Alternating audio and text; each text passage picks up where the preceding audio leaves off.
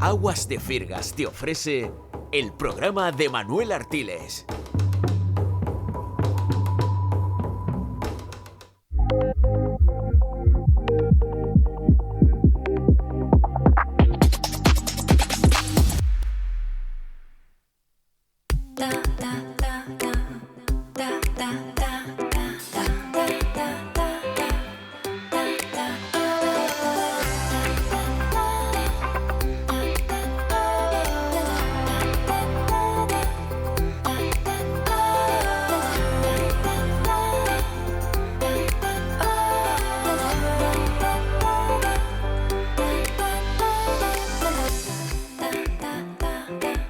Mariano Hernández Zapata.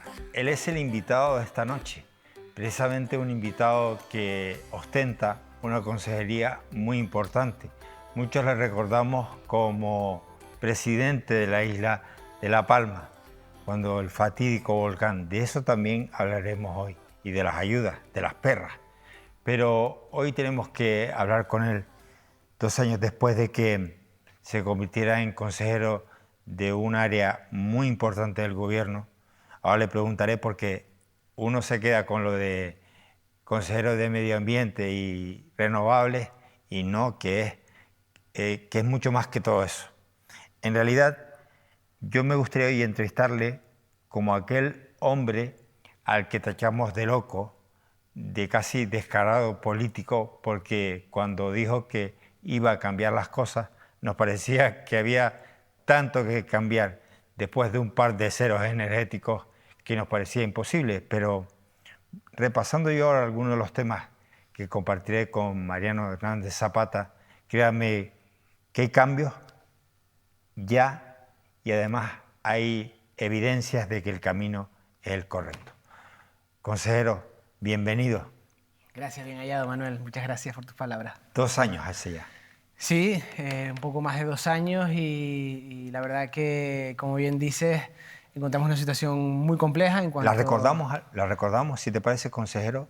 Vale. ¿Recordamos cómo era ese momento? Bueno, encontramos unas islas primero con un déficit energético aflorado por el operador del sistema, en este caso Red Eléctrica, que decía que Gran Canaria, Tenerife y Fuerteventura no tenían capacidad suficiente para generar toda la energía que necesitaban en un momento de pico de demanda, y el resto de islas con centrales térmicas con situaciones como la de la isla de La Palma, con motores que superaban los 50 años de antigüedad. Tenemos que tener claro que un motor tiene una vida útil alrededor de los 20 años. Por tanto, una situación crítica, compleja.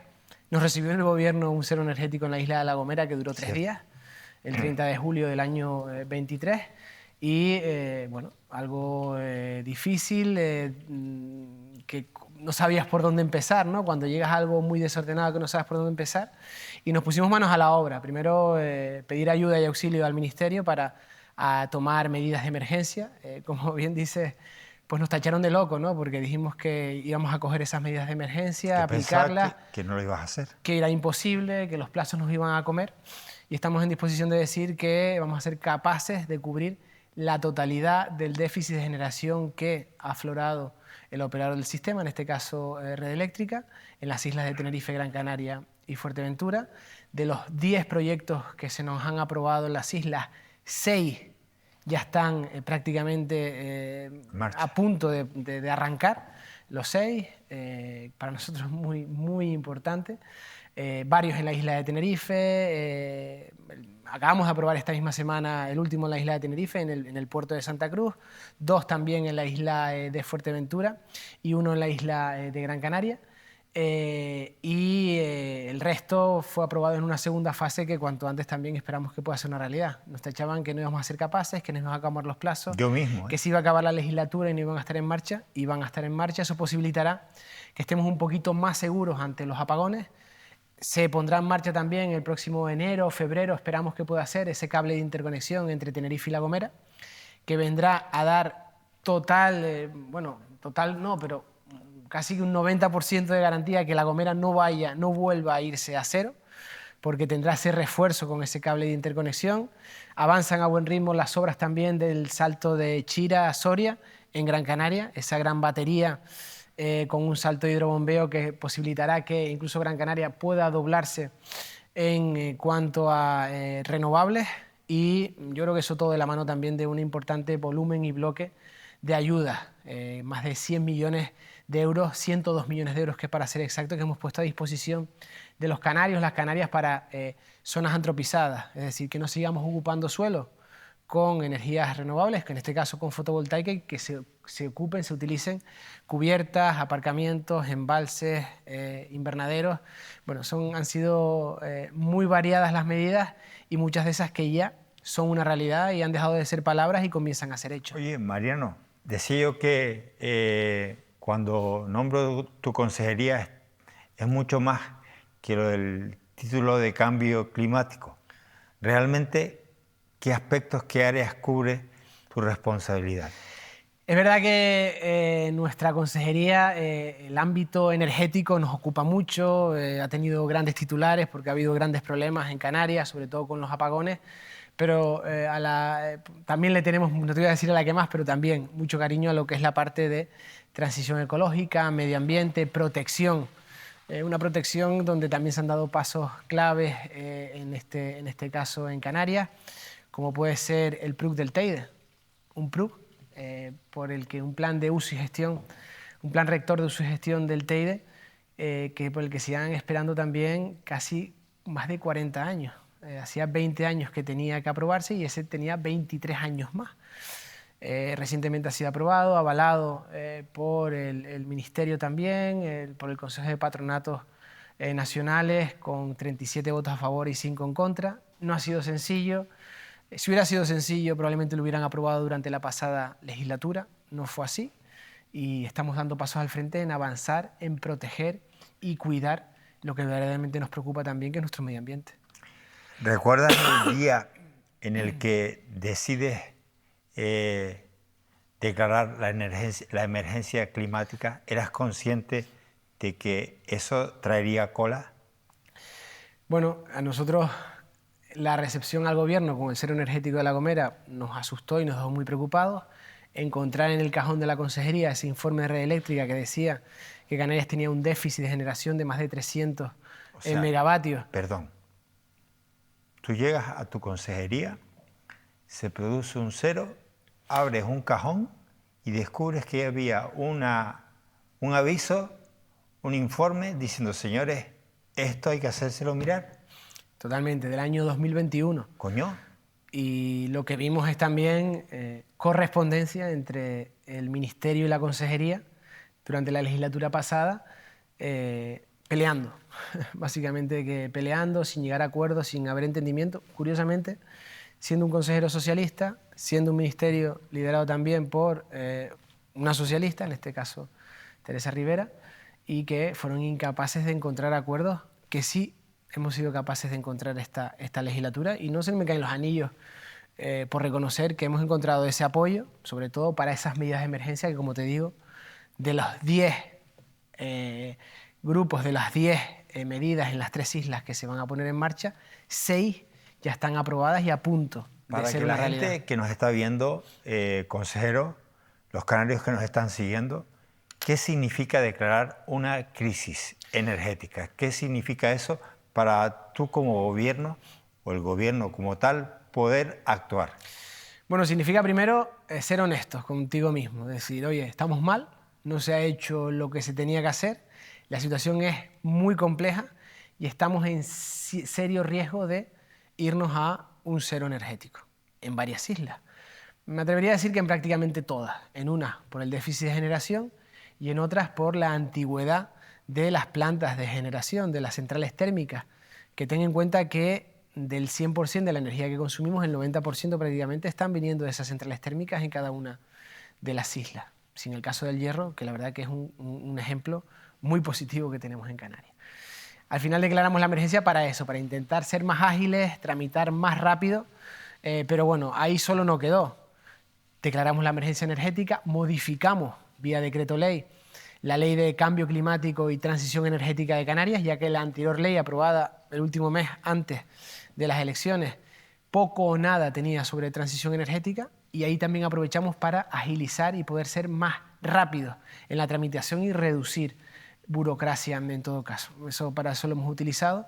Pero al final creo que ha valido más el ser capaces de dialogar, de buscar entendimiento, de buscar acuerdos, de potenciar donde estábamos de acuerdo con el Ministerio, y eso ha posibilitado que hayan llegado a Canarias, que vayan a llegar a Canarias casi 500 millones de euros para esa emergencia energética. Por tanto, se produce una crisis, empieza a haber diálogo, porque no la había, por lo que veo. Realmente había informes y cartas cruzadas entre el gobierno de Canarias del PSOE con el gobierno de España del PSOE, pero no habían soluciones. A partir de este momento, desde hace 2 años y poco, hay diálogo. Y además hay diálogo efectivo, porque entiendo yo que esas perras vendrán por algo. Sí, o para algo. Para eso, para que los canarios puedan estar más seguros y que nos sigamos pareciendo un país del tercer mundo, una región del tercer mundo, ¿no? Yo creo que eso se ha entendido perfectamente por el Ministerio, ha depositado la financiación necesaria y ha puesto en marcha, después de 13 años, el concurso de renovación de centrales térmicas que el día 16 de diciembre tendremos que presentar Mariano, nuestras alegaciones. A mí lo que me gusta de hablar contigo, lo que a mí me parece cojonudo de hablar contigo es lo fácil que explicas determinados temas. Entonces, tú dices, me han dado tantos millones. ¿Cuántos eran? Casi 500 millones. Casi 500 millones. ¿Esos 500 cómo se van a aplicar? Esos 500 millones de euros van a servir? Van a servir exclusivamente para grupos de generación que se van a deslocalizar de las actuales centrales térmicas. En el caso de Fuerteventura se van a instalar en la zona de la Herradura, cerca de Puerto del Rosario.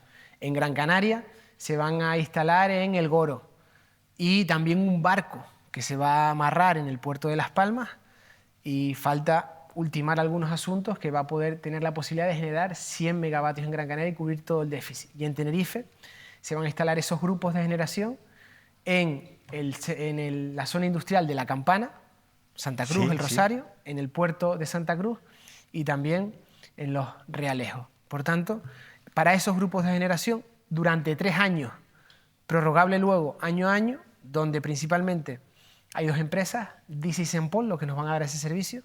También el barco es un barco de una empresa extranjera, y luego otra empresa canaria, de Gran Canaria, que se llama Ayagaures, que también va a dar un servicio con un grupo de 15 megavatios en El Goro. Mariano, a ver si te he entendido bien. ¿Con esos cuántos puntos son? Son 10 proyectos. 10 puntos. En caso de que hubiera un aviso, oye, está fallando la energía aquí, ¿qué pasaría? ¿Se activarían todos o se activarían dependiendo de la cantidad de energía que se necesite? Te agradezco esa pregunta porque estos grupos van a utilizarse como último recurso. Ah, vale. Solo de manera puntual y temporal. Es decir, el operador del sistema va a poner en marcha todos los grupos que haya en cada isla. Ahí están. En disposición, los que ya están. Y en el caso de que esos grupos no sean suficientes, se utilizarían en el último caso estos grupos que estamos instalando. ¿Por qué temporal? Digo, puntual por eso, y temporal porque van a estar durante 3 años de manera inicial y prorrogable año a año. ¿Por qué? Porque el concurso ordinario para renovar las centrales térmicas ya está en marcha, y cuando ese concurso sea una realidad, estos grupos ya no van a hacer falta, porque habremos renovado todas las centrales térmicas que tenemos en la actualidad en Tenerife, en Granadilla, en Gran Canaria, en San Bartolomé, en La Palma, en El Hierro, en La Gomera, en Fuerteventura y en Lanzarote. Tendremos nuevos grupos de generación más pequeños, más modernos, menos contaminantes y que cubran todas las necesidades que tengan cada una de las islas, y esta emergencia desaparecerá. ¿Qué ha pasado para que el PP se entienda con el PSOE? Bueno, yo creo que necesidad nuestra de buscar soluciones, de explicarnos y hablar y descolgar el teléfono para que haya diálogo y ganas de solucionar, ganas de ponernos en las soluciones y no en los problemas. Yo creo que ahí hemos encontrado. No quiere decir que hayamos solucionado todos los problemas que tiene la Comunidad Canaria en cuanto a temas energéticos, pero creo que sí el principal, que tiene que ver con la generación. ¿Valdría el símil, Mariano, de que en las Islas Canarias van a haber 10 puntos de recarga puntual para si se produjera un aviso de emergencia energética. Exactamente, Como valdría una ese símil. pila, como un cargador. Valdría ese símil y deslocalizados de las actuales plantas en otras zonas y que permitirá, en caso de que haya algún problema, se cayera el sistema, levantarlo antes, porque no solo vamos a depender de un grupo, de una central térmica, que hasta la actualidad en Canarias tenemos solo una en cada una de las islas, sino que habrá más, mucho más pequeñas el resto, pero habrá más y nos permitirá en todo caso levantar el sistema mucho más rápido. Vale, y todo esto que contabas al principio, Mariano, que Fernando Clavijo aquí además ratificó lo que tú decías, que era que las plantas estaban obsoletas, que esto no se podría cambiar de la noche a la mañana. ¿Realmente cuándo será una realidad?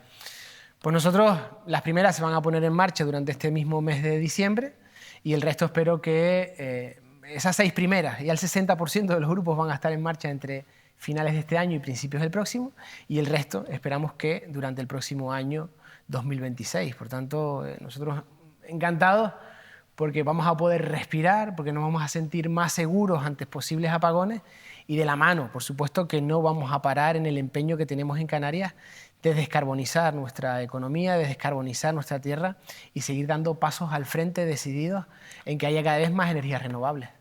Te veo además machacón con lo de descarbonizar. Cada vez que te veo en una radio o en una tele, utilizas el mismo mensaje. ¿Por qué? ¿Y cómo lo vamos a hacer? Bueno, ¿por qué? Porque Canarias tiene el objetivo claro de intentar cuanto antes alcanzar el objetivo que nos establece el Plan Nacional Integrado de Energía y Clima, el PNIEC, de que en el año 2030 por lo menos el 58% de la energía que consumimos en Canarias proceda de renovables. Porque en Canarias también tenemos que ser partícipes de que no sigamos quemando combustibles fósiles y lanzando a la atmósfera CO2 y contaminando. Por tanto, yo creo que esa es una de las claves y vamos a hacer lo posible. Canarias en la actualidad estamos en torno al 21% de penetración de renovables. La península ya supera ampliamente el 50% y por eso vamos muy atrasados. Ha sido también una de las causas por las que hemos modificado la Ley de Cambio Climático y Transición Energética, introduciendo medidas muy novedosas, como es que los proyectos que se desarrollen en Canarias en suelo de más de 2 megavatios tendrán que, por obligación, ofertar a la sociedad canaria el 20% de esos proyectos con un interés atractivo, desde 500 euros. ¿Para qué? Para que los canarios podamos comprar acciones de esos proyectos y también podamos beneficiarnos, podamos ver cómo baja nuestra factura o podamos ver cómo se incrementan los ingresos de otra manera en Canarias y que se quede ese dinero en Canarias. Eso lo hemos impulsado con la Ley de Cambio Climático y también que por primera vez en Canarias se está planificando dónde van y dónde no van las energías renovables. Hasta el momento cualquier promotor llegaba, elegía un suelo rústico sin mucha más planificación y vemos en ocasiones cosas que no nos gustan porque hay mucho impacto visual en algunas de las plantas de renovables que hay en Canarias. Y ahora, de la mano de los cabildos, estamos desarrollando esas zonas de aceleración de renovables, donde ya tenemos aprobadas las zonas de aceleración de renovables de La Gomera y también las zonas de aceleración de renovables de Lanzarote, que planificando que no se haga un uso del suelo sin orden, sin control, sino que esté todo tasado, medido y sepamos dónde sí y dónde no. ¿Para qué? También dar facilidades y seguridad jurídica a quien quiera invertir en esta tierra. ¿Qué es o qué son las oficinas verdes? Bueno, es otra herramienta, una herramienta que heredamos de la anterior legislatura y que hemos querido implementar, porque entendemos que da una óptima servicio a la ciudadanía canaria. Son oficinas donde damos consejos, donde damos ayuda a quien lo desee sobre transición ecológica, sobre gestión de residuos o sobre, lo último que hemos hecho, refugios climáticos, entregando una guía sobre qué es un refugio climático y de qué manera se pueden desarrollar. Estamos entregándosela a los ayuntamientos canarios. Lo leí, consejero, y decía, ¿qué es un refugio climático? Pues bueno, refugios climáticos hay de dos tipos. Refugios climáticos naturales, implementando zonas verdes, árboles. ¿Para qué? Para que pueda haber parques donde, en caso de incremento de la temperatura de ola de calor, podamos refugiarnos y ver que la temperatura baja y tener un lugar de esparcimiento donde poder estar tranquilo y disfrutar de un día apacible en caso de que haya olas de calor. Y luego podrían estar los no naturales, que son cualquier infraestructura de nuestro día a día, donde hay aire acondicionado, podemos tener acceso al baño, a agua, que puede ser una biblioteca, un hotel, porque el sector turístico también quiere ser partícipe de esta oferta sobre refugios climáticos, y para eso estamos desde la Consejería también desarrollando una aplicación móvil para que en cualquier momento cualquier canario pueda ver dónde hay refugios climáticos cercanos para poder estar a una temperatura adecuada en cualquier momento complejo. ¿De qué ha servido la mesa de energías renovables? Bueno, ha sido otra de las medidas que hemos impulsado durante esta legislatura, durante este mandato.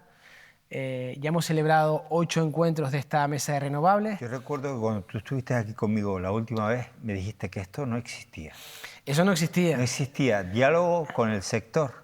Diálogo con el sector, exactamente, donde están representadas las patronales de las energías renovables en Canarias, donde está Endesa, donde está Red Eléctrica, donde está también los cabildos a través de un representante de la FECAI, donde está también los ayuntamientos a través de un representante de la FECAM, y donde ponemos sobre la mesa todas estas cosas que hemos hablado sobre exclusivamente energías renovables. Encuentro no existía. No existía. Mira, la última reunión que hemos tenido, que ha sido la 8ª reunión, hemos llegado al acuerdo, vía consenso, de firmar entre todos una carta y enviársela al Ministerio para que agilice los temas canarios que nos preocupan.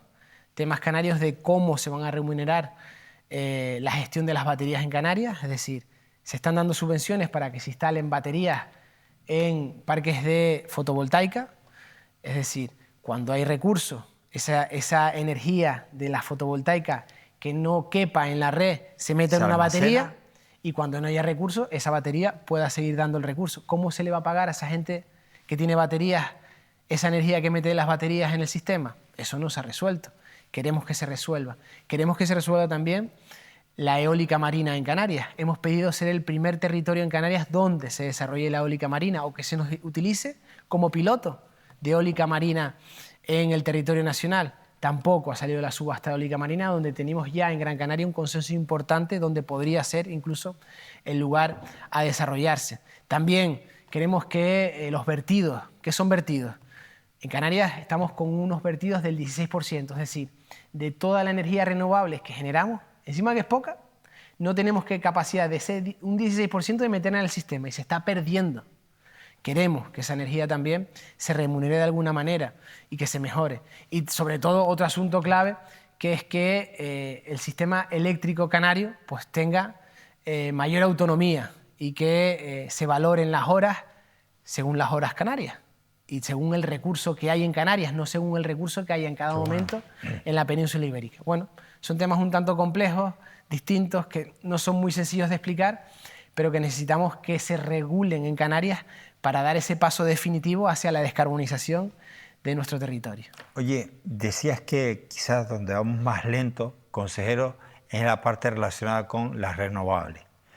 Pero, ¿qué se puede hacer para ir más ágiles? Bueno, lo que ya hemos hecho, que era modificar la Ley de Cambio Climático y Transición Energética, reducir burocracia, reducir papeleo, dar seguridad jurídica a quien quiere invertir en esta tierra a través de las zonas de aceleración de renovables, y luego también implicar a la ciudadanía canaria. No podemos esconder que la ciudad canaria es una ciudadanía, una sociedad que apuesta por las renovables, pero quiere ser partícipe de ellas. Quiere decir dónde van ubicadas y dónde no. Lo estamos haciendo con las zonas de aceleración de renovables. Quiere que esa inversión y ese recurso que sale de Canarias, esos beneficios económicos se queden en Canarias. Lo estamos haciendo con la participación del decreto del 20% de energías renovables. Quiere que cada vez se ocupe menos territorio y se ocupe más cubiertas, embalses, aparcamientos. Lo estamos haciendo con los 102 millones de euros de ayudas, de subvenciones que hemos sacado para zonas antropizadas. Yo creo que ahora es el momento de empezar a recoger todos esos frutos que hemos sembrado durante estos 2 primeros años, 2 años y medio de mandato, y que espero que sea el paso definitivo para pisar al acelerador y que Canarias cuanto antes se pueda equiparar al territorio peninsular. Entiendo que hay diálogo, hay fluidez, hay ganas de trabajar conjuntamente entre el Estado y Canarias en materia medioambiental y de transición ecológica.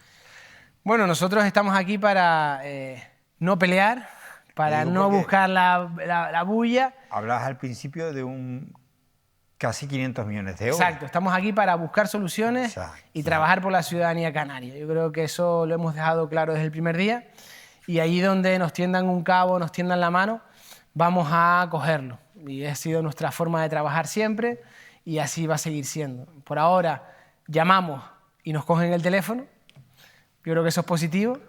Hay muchos asuntos aún por resolver, muchos asuntos como los que te digo que hemos acordado, pedirle que se agilicen a través de la mesa de las energías renovables en Canarias al Ministerio y que nos hayan ayudado hasta ahora no va a ser óbice para que nos sigamos insistiendo y pidiendo que nos atiendan y se resuelvan cuanto antes los problemas de Canarias. Oye, hay algo que me llama mucho la atención ahora que escuchamos hablar de la geotermia y es que en la isla de Lanzarote se ha puesto en marcha el Hospital Molina Orosa y se mantiene con energía geotérmica. ¿Nos explicas cómo se le da energía a un hospital que no puede fallar la luz, no puede fallar la electricidad, no puede fallar la energía desde la tierra? Bueno, te explico. Nosotros siempre también hemos trabajado desde la visión de que las administraciones públicas deben dar ejemplo. Deben dar ejemplo utilizando renovables. Para eso hemos hecho diferentes convenios con educación, aportando desde la Consejería de Transición Ecológica más de casi 4 millones de euros para instalar renovables en los centros de educación obligatoria. Ya se está haciendo eso en Canarias. Con carreteras, vamos a tener carreteras en Canarias sostenibles que de cero consumo eléctrico, porque va a ser a través de placas fotovoltaicas y baterías. Pronto las presentaremos. Y también con agricultura, donde diferentes centros de extensión agraria, invernaderos de la propia extensión agraria y como presentamos también recientemente lonjas de pesca, van a tener también esas renovables. Y en el caso de sanidad, también hemos hecho una aportación importante, casi 11 millones de euros que le hemos dado a sanidad para proyectos como este de geotermia, donde 600.000 euros del total del proyecto, que es 1,2 millones, ha sido aportado por la Consejería de Transición Ecológica, ha puesto en marcha una infraestructura de geotermia de baja entalpía. ¿Qué pasa en Lanzarote? En torno a los 60 metros debajo del hospital entra el mar, se filtra el mar y ese agua que entra del mar, al estar a esa altura y ser Lanzarote, coge una temperatura que no son los 400 grados, 500 grados que tiene la alta entalpía, pero que sí son los grados suficientes para poder generar calor suficiente para sistemas de frío-calor, agua caliente, y que eso nos permite bajar la factura eléctrica del hospital de José, el hospital de Lanzarote, en torno entre el 40 y el 50%. Por tanto, a mí eso me parece de verdad de ciencia ficción. Positivo, y nos permite ver que hay opciones no solo de la fotovoltaica, no solo de la eólica, sino también de la geotermia, en este caso de baja entalpía, en islas como Lanzarote, donde ya hay hoteles que desarrollan la baja entalpía o piscinas, en el caso de Gran Canaria, como es el Club Metropol, que utilizan la baja entalpía también para calentar el agua de sus piscinas. Consejero, ¿cómo va el plan rector del Teide? ¿En qué punto estamos? Pues el plan rector del Teide, lo que fue en el mandato anterior, fue un tristraz del carajo. Pues te puedo adelantar que el plan rector del Teide está aprobado y se llevó a consejos de gobierno y ya es una realidad. ¿Cómo? Con diálogo, con mucho diálogo, con trabajo durante este último año y medio de muchas reuniones con el Cabildo, con ayuntamientos, con diferentes entidades que tienen intereses en el Teide. Pueden ser las actividades tradicionales, como puede ser la actividad apícola o la cacería o las mismas personas que hacen las alfombras de la Orotava, del Corpus, y también con sectores más proteccionistas, por supuesto. Hemos trabajado intensamente con el Cabildo para seguir protegiendo y avanzar en las medidas de protección de nuestra joya de la corona, el parque nacional más visitado, con 5 millones de visitas, y que tenemos que dar un paso al frente en la protección del mismo. Diferentes pasos que hemos dado durante este año y medio que ha posibilitado la aprobación definitiva. Como te decía, el patronato autonómico, donde se aprobó. Es verdad que pudimos ver diferentes críticas. Es difícil encontrar el equilibrio a veces en lo que se refiere a la protección, el equilibrio entre protección, por supuesto, pero también que permita continuar con el desarrollo económico de la isla, pero protección ante todo. Y creo que hemos conseguido un documento que logra esos objetivos de protección, un documento que no era sencillo. Si vemos el amplio rechazo que produjo el publicado durante la anterior legislatura, publicación que no fue capaz de aprobar el Pacto de las Flores durante la anterior legislatura, por algo sería, y que sí hemos conseguido aprobar ya este año, que tiene que ver con asuntos de movilidad muy importantes. Las situaciones que se están viviendo en el Teide hay que acabar con ellas cuanto antes. Un plan de movilidad que ahora está en manos del Cabildo de Tenerife desarrollarlo y aplicarlo, pero que tienen el mandato de cuanto antes poner en marcha esas guaguas lanzaderas en horas puntas y también cobro por diferentes servicios extras que se van a dar en el Parque Nacional del Teide. Hablabas del cable. Ese cable, ¿entre qué punto y qué punto es y qué solución va a aportar? Estamos hablando de un cable que va a unir la isla de Tenerife y La Gomera y va a posibilitar que tengamos un solo sistema eléctrico que va a ser Tenerife-Gomera. El cable sale de San Sebastián y va a llegar hasta Guía de Isora, en el sur de Tenerife. Bueno, una mejora importante porque va a dar solidez al sistema eléctrico de La Gomera, que no lo tenía hasta ahora. Va a permitir a diferentes parques eólicos que hay en La Gomera a una producción en torno solo al 10% de la capacidad que tienen, que produzcan energía renovable al 100% y que esa energía renovable se puede utilizar también en Tenerife, y va a dar seguridad en el sentido de que cualquier problema, cualquier corte, cualquier situación comprometida que tenga la central del Palmar, donde está la actual central de Endesa en La Gomera, se pueda suplir con energía que pueda venir de Tenerife. Es decir, es un doble circuito que va a existir y que se va a poner en marcha ya en enero o febrero. Recientemente se presentaba la subestación de red eléctrica, esperamos que pronto, durante el próximo mes de enero, podamos presentar también la subestación de distribución de Endesa y que podamos decir que esa central, ese cable, va a dar la seguridad definitiva para seguridad de suministro en La Gomera y avanzar en energías renovables tanto en La Gomera como en la isla de Tenerife. Chira Soria. Sabemos que es un tema en el que el Cabildo de Gran Canaria ha jugado un papel fundamental. ¿Qué ha venido a ser la participación o cuál ha sido la participación del Gobierno de Canarias y cuándo será una realidad? Bueno, la participación del Gobierno de Canarias fue importante y creo que también necesaria para que saliera adelante ese proyecto.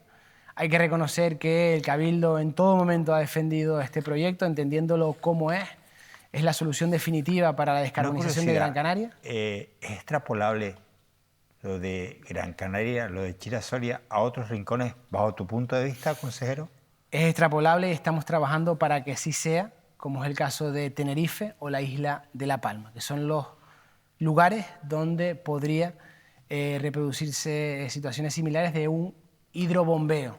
Para explicarlo rápido, con recursos eólicos, con molinos eólicos se genera energía que se eleva a un embalse superior y cuando no hay recurso eólico, ese agua que se elevó en su momento se baja por unas tuberías donde hay unas turbinas. Esas turbinas al bajar el agua se mueven y generan también recurso energético para seguir generando de manera continua energía, en este caso renovable. Estamos trabajando porque Tenerife pueda también tener su salto de hidrobombeo, porque es tan necesario como que te puedo afirmar que si no tenemos ese recurso, no podemos estar hablando de descarbonización de Tenerife ni siquiera de La Palma, porque necesitamos lugares de acumulación de energía, de acumular energía cuando hay recursos y poder utilizarlo cuando no lo hay, para evitar esos vertidos que te hablaba antes, de que no se desperdicie ni un solo megavatio, ni un solo kilovatio de energía renovable generada en Canarias. Y para eso son estas infraestructuras de acumulación de energía. Mariano, hablamos mucho de energía, hemos hablado también del Teide, que es medio ambiente, pero en medio ambiente, ¿cómo vamos? Porque Bueno, en medio ambiente tenemos muchos proyectos muy bonitos, muy atractivos, que tenemos que ser capaces de seguir vendiendo y de dar a conocer a la sociedad. Proyectos de protección de nuestros fondos marinos, de nuestra mar, con 2 embarcaciones que tenemos en la actualidad, tanto en Gran Canaria como en Tenerife, de protección de nuestros cetáceos, de protección de lo que se hace en el medio marino, para, no para sancionar ni mucho menos, sino para educar, para tomar conciencia, que ha llevado a cabo que se pongan sanciones y se tramiten sanciones más de las que nos gustarían a nosotros, pero que hay que llamar a la conciencia y de proteger cada vez más la riqueza en biodiversidad que tenemos en Canarias, con proyectos tan bonitos como puede ser Redexos, para tener controlado dentro de las posibilidades esos problemas, esas plantas invasoras que cada vez entran más en Canarias, o fauna invasora que entran más en Canarias, o proyectos tan bonitos como la Red Promar, que es el proyecto que con la ciudadanía canaria, quien vea cualquier especie marina en cualquier lugar del archipiélago pueda subirla, pueda ponerse en contacto con nosotros y nosotros saber en cada momento en qué zonas, qué fauna marina tenemos y qué está sucediendo en cada sitio. Está buscando la participación de la gente para ayudar. Exacto, y lo estamos haciendo de la mano también de educación, de los colegios, de los centros educativos, formando a docentes para que poner en valor la importante riqueza que tenemos en nuestro gran desconocido, que es el mar, que es nuestro océano, para que ese valor también se tenga y podamos seguir ampliando los niveles de protección también en nuestro mar. Mariano, a nivel de consejería, ¿cuáles dirías que van a ser los grandes retos, los grandes objetivos del año que viene, del 2026? Pues mira, nuestro grande reto va a seguir, por supuesto, lo más que hemos hablado hoy, que tiene que ver con energías renovables, que podamos poner sobre la mesa proyectos de almacenamiento, como puede ser replicar Chira-Soria en la isla de Tenerife. Ojalá podamos dar buenas noticias en ese sentido. Los grandes retos va a seguir avanzando en ser capaces de avanzar en la protección y en el control de nuestros parques nacionales, de los espacios naturales, de la mano de los cabildos insulares, esas capacidades de carga, esos controles de acceso, que yo creo que hay que hacerlo ya, cuanto antes, y dar un claro mensaje a la ciudadanía canaria que aquí estamos para proteger nuestro medio, proteger nuestra biodiversidad y que es nuestra gran riqueza, no tenemos otra. Esa es la gran riqueza que tenemos Canarias y que tenemos que seguir preservando para el futuro. Si te digo COP 30, ¿qué significa? Bueno, la COP30 es la Feria Internacional del Clima en la que hemos podido estar recientemente, que se celebró en Belém, en Brasil, y donde llevamos proyectos que se están desarrollando en Canarias para mostrarlo al exterior. O sea, ¿vieron allá? ¿El mundo vio cosas que ya hacemos aquí? Sí, vimos el proyecto de proyecciones climáticas, es decir, estamos anticipándonos a lo que va a suceder en Canarias para los próximos 30, 40, 50 años. ¿Y eso qué nos está permitiendo? Trabajar de la mano de las universidades canarias, mira Juan Carlos ahí, que nos acompañó, profesor de la Universidad de La Laguna, que desarrolla ese proyecto de proyecciones climáticas para poder tomar decisiones políticas en cuanto a cambio climático, mediciones en cuanto a incremento del nivel del mar. Por desgracia tenemos muy reciente ese golpe de mar en Santiago del Teide, recientemente, que se llevó por delante la vida de 4 personas, también no hace tanto en el Puerto de la Cruz. Y eso, pues dirán, todo es cambio climático. Bueno, el incremento del nivel del mar es cambio climático y estamos tomando medidas como las que llevamos a cabo en Radazul, que recientemente presentamos, como las que estamos trabajando en Garachico, con el LIFE Garachico, en el puerto de Tazacorte, estudiando el frente litoral, o en Lanzarote también, estudiando la batimetría. Y esas proyecciones nos permiten tomar esas decisiones políticas. Y también proyectos como el proyecto IDAFE, un proyecto del que también siento orgullo. ¿Por qué? Porque nuestros escolares, nuestros niños y niñas en Canarias, están ellos proponiendo y desarrollando las medidas que entienden de adaptación al cambio climático que hay que desarrollar en sus centros escolares, en sus colegios, como sombras, sembrado de árboles para que haya sombras naturales y poder bajar temperaturas, de medidas de todo tipo que estamos trabajando de mano de más de 150 docentes que ya hemos formado y de mano también de los propios escolares para que tengamos centros escolares preparados para el cambio climático que ya tenemos sobre nosotros. Otra vez vuelves a la participación, a los colegios, a los colectivos. Yo es que te recuerdo, consejero, hace 2 años, verte en el barrio de San Cristóbal, en Las Palmas de Gran Canaria. Nadie les iba a ver, mosqueados estaban, no querían ver a un político ni de coña. Apareciste allí, te sentaste y empezaste a explicarle a la gente, esto va a ser así, así, así. Pues ya estamos con el barrio de San Cristóbal también desarrollando el proyecto de alerta temprana para que por lo menos los vecinos sepan con 72 horas de antelación si viene mala mar o no viene mala mar que les pueda afectar a ellos directamente en sus hogares como les ha afectado. Que vimos casas donde el agua pues subía 1,5 metros y hasta 2 metros en cada una de ellas y perdían enseres y veían anegadas sus casas, ¿no? Mariano, ¿qué ha tenido que pasar en estos 2 años para que esta consejería, que cuando yo te entrevisté por primera vez te parecía un problema, porque ciertamente venía con muchos problemas, entre ellos los ceros energéticos, y ahora hables con tanta esperanza?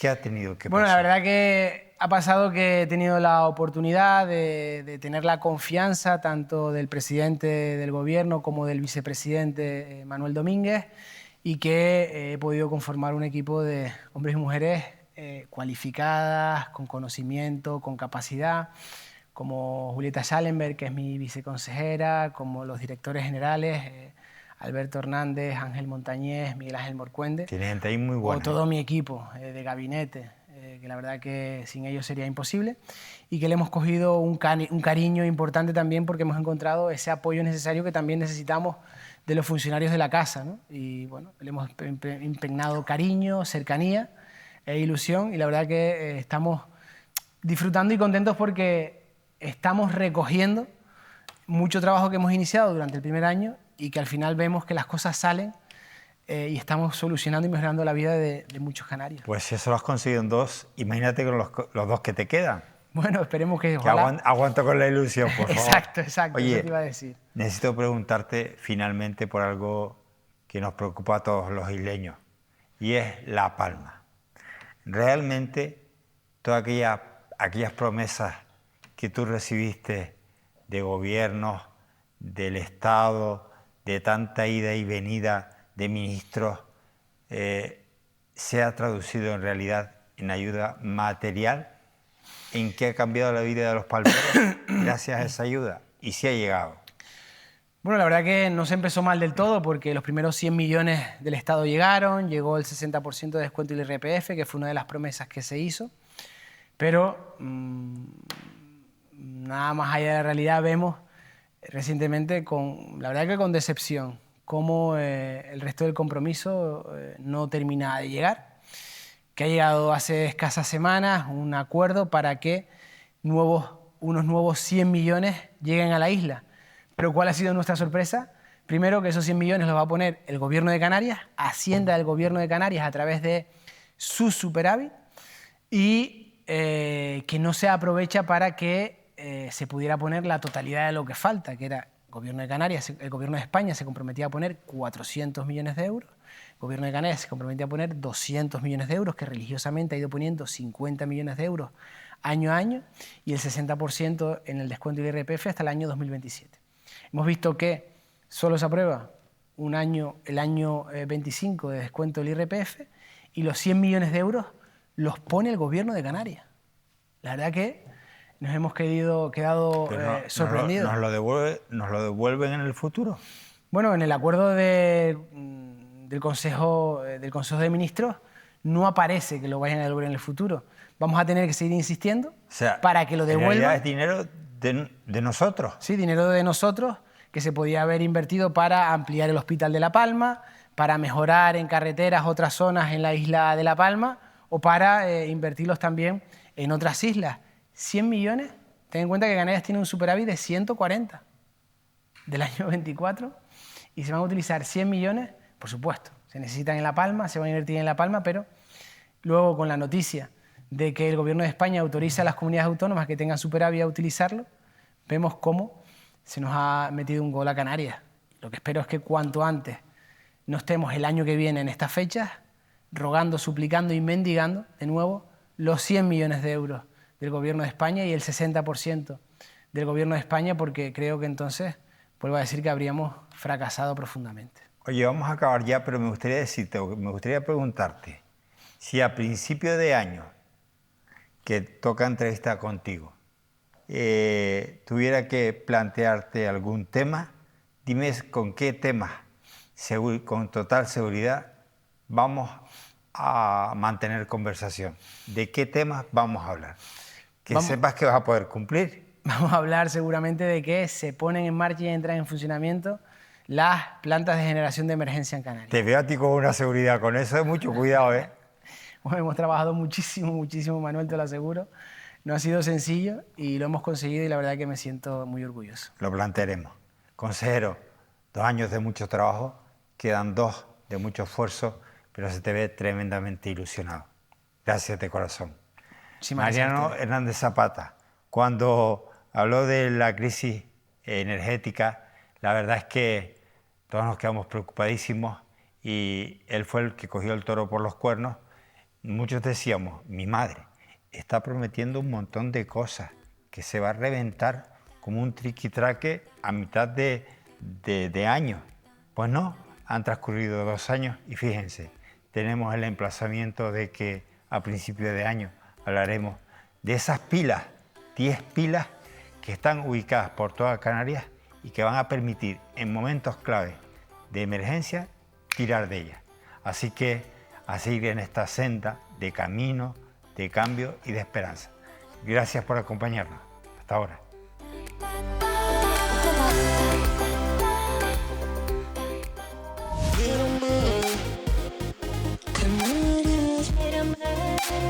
Ven y mírame.